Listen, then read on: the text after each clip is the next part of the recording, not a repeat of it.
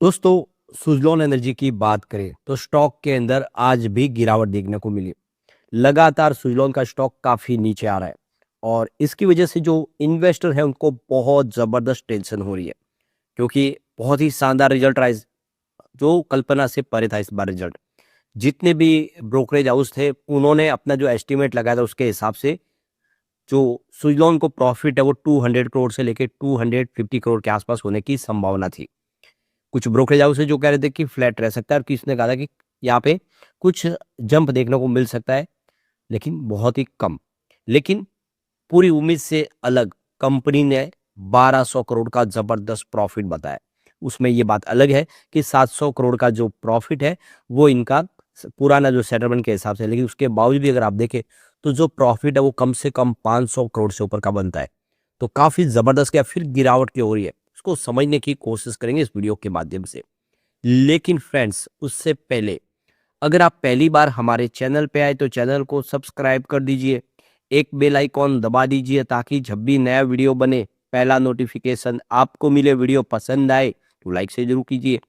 चलो friends, video start करते हैं। मैं हूं आपका दोस्त एसपी दवे और हमारे अपने चैनल ऑनलाइन कमाई में आपका बहुत बहुत स्वागत है। तो सबसे पहले सुज़लॉन एनर्जी के कारोबार की बात करें, 54.59 पर क्लोजिंग देखने को मिली, जहाँ पे 0.93% की गिरावट थी, यानी लगभग 1% के आसपास की गिरावट हुई। अब आप ये क्लियरली देख सकते हो कि ये स्टॉक जो 2008 के पहले अगर आप देखें तो ये बहुत ऊपर था। लगभग आप देखिए 3 डिजिट में ट्रेड किया करता था, काफ़ी शानदार। फिर आप देखें इसमें गिरावट का सिलसिला शुरू हो गया। तो ये जो 3 डिजिट का शेयर था वो कोविड काल में सिंगल डिजिट में आ गया। लगभग 2 रुपए के आसपास की इसकी कीमत आ गई, सिर्फ 2 रुपए की प्राइस हो गई। लेकिन उसने जो दौड़ना शुरू किया तो आप समझ सकते हो कि 86 तक चला गया। परंतु वही 86 का शेयर इस समय 54 के आसपास है, जबकि सेंसेक्स अपने ऑल टाइम हाई के आसपास पहुंच चुका है। ये स्टॉक बहुत नीचे। तो ये आप समझ सकते हो कि बिजनेस देखे इसमें यहाँ से संभावना काफ़ी पॉजिटिव है। और ये स्टॉक हमेशा लगातार आप देखें गिरावट के साथ जब उठता है तो बहुत तेज़ी से दौड़ता है। बिल्कुल ये आने वाले समय इसमें उम्मीद है कि ये बहुत बेहतर कर सकता है। अब आप देख सकते हो कि इसकी जो शुरुआत हुई थी वो बिल्कुल फ्लैट हुई थी फ्राइडे की क्लोजिंग के आसपास ही। और यहाँ से जब शुरुआत के बाद आप देखिए इसने 55.54 का हाई भी बनाया, लेकिन ज़बरदस्त बिकवाली शुरू हुई। कुछ फंड हाउस ने यहाँ पे बिकवाली की है। तो आप समझ सकते हो कि बहुत सारे जो फंड हाउस होते हैं वो अपने पोर्टफोलियो को रिसफल करते हैं। कोई स्टॉक जब काफ़ी समय तक अंडर परफॉर्म रहता है तो उसमें से वो निवेश निकाल लेते हैं और वो कहीं और लगा लेते हैं, क्योंकि उनको जवाब देना है, जहाँ पे उन्होंने निवेश किया उन लोगों को रिटर्न भी देना है। और वो इतने तम समय तक रुकते नहीं है, फिर वो अपना जो निवेश है कहीं और लगाते हैं। जब स्टॉक के अंदर तेजी का दौर शुरू होगा तो फिर वो यहाँ पे एंट्री कर लेते हैं। यही वजह है कि ये स्टॉक के अंदर गिरावट दिख रही है इस समय। और वो आप इसको वॉल्यूम बढ़ते हुए वॉल्यूम से समझ सकते हो। इस जबरदस्त जो वॉल्यूम बढ़ा है इसका मतलब किसी फंड हाउस ने बिकवाली की है। तो ये देखें इसके पिछले 1 महीने पहले जो वॉल्यूम था वो 8 करोड़ के आसपास था। 3 करोड़ की यहाँ पे डिलीवरी उठाई गई थी। अब 1 वीक पहले वॉल्यूम गिरते हुए 4 करोड़ के आसपास आ गया और 2 करोड़ का डिलीवरी बेस काम हुआ था। और फ्राइडे को वॉल्यूम थोड़ा-सा बढ़ा, 5 करोड़ के आसपास रहा, लेकिन डिलीवरी बेस काम जो है वो 2 करोड़ के आसपास ही रहा। सडनली वॉल्यूम बढ़ के सीधा 10 करोड़ तक पहुँचा है। पूरे महीने में सबसे ज़्यादा वॉल्यूम हुआ है। और ये वॉल्यूम बढ़ने का मतलब यही है कि किसी फंड हाउस ने यहाँ पे बिकवाली की है। और वो फंड हाउस जो म्यूचुअल फंड वगैरह है, जो यहाँ पे इस समय जो शेयर काफ़ी समय से बेटर नहीं कर पा रहा है, इस वजह से यहाँ पे उन्होंने अपनी होल्डिंग को थोड़ा-सा शिफ्ट किया है। पर जैसे ही स्टॉक में फिर करंट आएगा, इस वो निवेशक फिर इस तरफ आते हुए दिखाई देंगे। इसकी परफॉर्मेंस अगर आप देखें तो पिछले 1 सप्ताह में 5.36% के आसपास की गिरावट हो गई है, काफ़ी कमज़ोर है।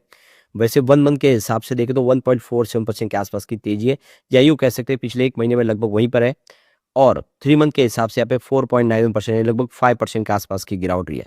6 मंथ के हिसाब से गिरावट ज़्यादा है, करीब 15.16% के आसपास की गिरावट हुई है।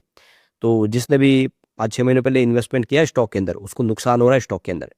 और 9 मंथ के हिसाब से मात्र 0.59% के आसपास की तेज़ी है। ओवरऑल आप देखें तो जिसका भी इन्वेस्टमेंट साल भर के अंदर होगा, उसको कोई फ़ायदा यहाँ पे नहीं हो। तो ये लॉन्ग टर्म इन्वेस्टर के लिए एक फ़ायदे का सौदा है। शॉर्ट टर्म में इसने नुकसानकारक, क्योंकि पिछले 1 साल में इसने 14.98% के आसपास की गिरावट दिखाई है। लगभग 15% गिर चुका है पिछले 1 साल में। अब 2 ईयर के हिसाब से यहाँ पे 34.51% के आसपास की तेजी बनी है, इसने कुछ बेहतर किया है। लेकिन 3 ईयर के हिसाब से उसने बहुत ही ज़बरदस्त किया है, 591% का शानदार रिटर्न दिया स्टॉक ने।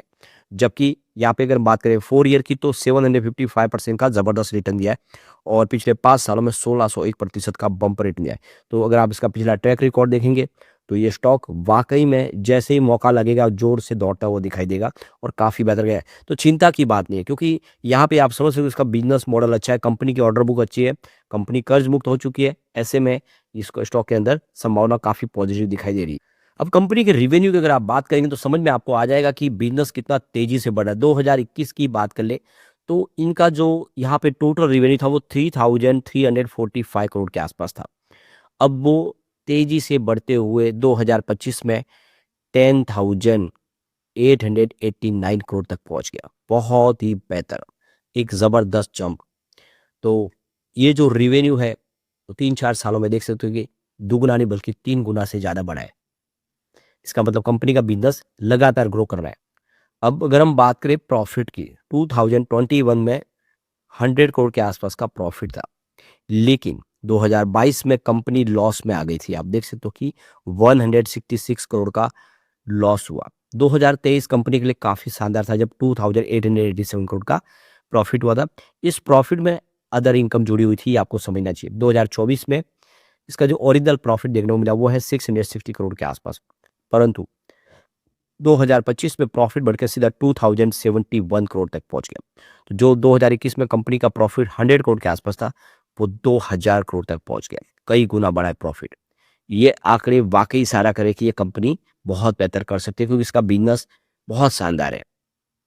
इस स्टॉक के अंदर गिरावट के पीछे एक बड़ी वजह ये भी है कि प्रमोटर ने लगातार अपनी होल्डिंग ट्रिम की है। आप ये देखें तो जून 2024 में उनकी 13.27% की होल्डिंग थी। सितंबर 2024 में ये ट्रिम होके 13.25% के आसपास आ गई। दिसंबर में अनचेंज रही, लेकिन जून 2025 में कम होके 11.74% के आसपास आ गई, जबकि सितंबर में कम होते हुए 11.73% के आसपास है। यानी क्वार्टर दर क्वार्टर आप समझे ये होल्डिंग नीचे आ गई है। इसकी वजह से लोगों को थोड़ी चिंता होती है कि प्रमोटर यहाँ पे अपने शेयर क्यों बेच रहे। लेकिन इस बात का खुलासा मैंने कई बार किया है। प्रमोटर ईमानदार पहल कर रहे हैं। इस समय बहुत सारे प्रोजेक्ट कंपनी को कंप्लीट करने, बहुत सारे फंड की आवश्यकता है। वो और कर्ज नहीं लेना चाहते, कंपनी को डेट फ्री रखना चाहते। ऐसे में अपनी इक्विटी बेच के वहाँ से जो फंड इकट्ठा किया जा रहा है उसको बिजनेस में लगाया जा रहा है। जैसे ही वहाँ से उनको प्रॉफिट मिलेगा वो फिर से अपनी होल्डिंग बढ़ाएंगे।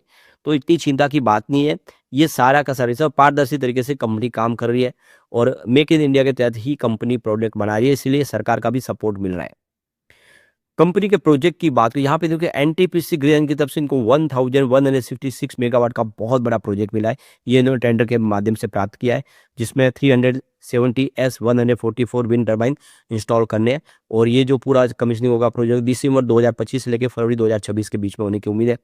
एनटीपीसी ग्रीन एनर्जी की तरफ से इनको एक 378 करोड़ मेगावाट का एक अलग से प्रोजेक्ट और मिला है और इसके अलावा केपी ग्रीन की तरफ से इनको 193 मेगावाट का एक प्रोजेक्ट और मिला है गुजरात के लिए। टाटा पावर रिन्यूएबल एनर्जी की तरफ से 838 मेगावाट का प्रोजेक्ट मिला है। तो इससे प्रोजेक्ट काफ़ी सारे कंपनी के पास है। इसके अलावा जेलेस्ट्रा की तरफ से 381 मेगावाट का प्रोजेक्ट मिला है, जो आने वाले उसमें कंपनी कंप्लीट करेगी। तो पूरे प्रोजेक्ट की लाइन लगी हुई है। इसके लिए फंड की आवश्यकता होती है और प्रमोटर अपनी होल्डिंग बेच के इन पैसों का इस्तेमाल यहाँ पे कर रहे हैं। अब कंपनी के फ्यूचर की बात करें तो कंपनी के पास बहुत सारे प्रोजेक्ट पाइपलाइन में करीब 1865 मेगावाट के प्रोजेक्ट पाइपलाइन में और 23 गीगावाट की इन्होंने ज़मीन आइडेंटिफाई करके रखी है प्रोजेक्ट कंप्लीट करने के लिए। ये प्रोजेक्ट आगे जाके कंप्लीट किया जा सकता है क्योंकि इन्होंने ज़मीन का जो लगभग अधिग्रहण के लिए पूरी तैयारी करके रखे हुए, ये ज़मीन इनको आराम से मिल सकती है। इसके अलावा देखें तो कंपनी यहाँ पे हर तरह के आप देखिए सप्लाई, फाउंडेशन, इसके अलावा इरिगेशन और कमीशनिंग 10 ईयर तक का कॉन्ट्रैक्ट भी साइन करती है और आप देख सकते हो कि उनको आफ्टर सर्विस प्रोवाइड करती है। इसी वजह से कस्टमर सुज़लॉन की तरफ अट्रैक्ट होते हैं। ये सारी बातें साबित कर रही है कि सुज़लॉन आने वाले समय काफ़ी बेहतर कर सकता है। गिरावट से आपको डरना नहीं है। ये गिरावट जो है ये इस समय आपको बताया कि बड़े फंड हाउस जो अपने पोर्टफोलियो को थोड़ा रीशफल करें जिसकी वजह से, लेकिन सुज़लॉन अपने दम पे आगे बढ़ेगी। कामकाज अच्छा है। ये स्टॉक आने वाले समय फिर बेहतर करता हुआ दिखाई देगा। इसमें जितनी ज़्यादा चिंता की बात नहीं है। लेकिन फ्रेंड्स, कोई भी इन्वेस्टमेंट करने से पहले अपने फाइनेंशियल एडवाइजर से एडवाइस ले ले या अपना खुद का रिसर्च करे, क्योंकि मैंने वीडियो आपके एजुकेशनल पर्पज के लिए ही बनाया। वीडियो पसंद आए तो लाइक से जरूर कीजिए और चैनल को सब्सक्राइब कर दीजिए। Thank you friends.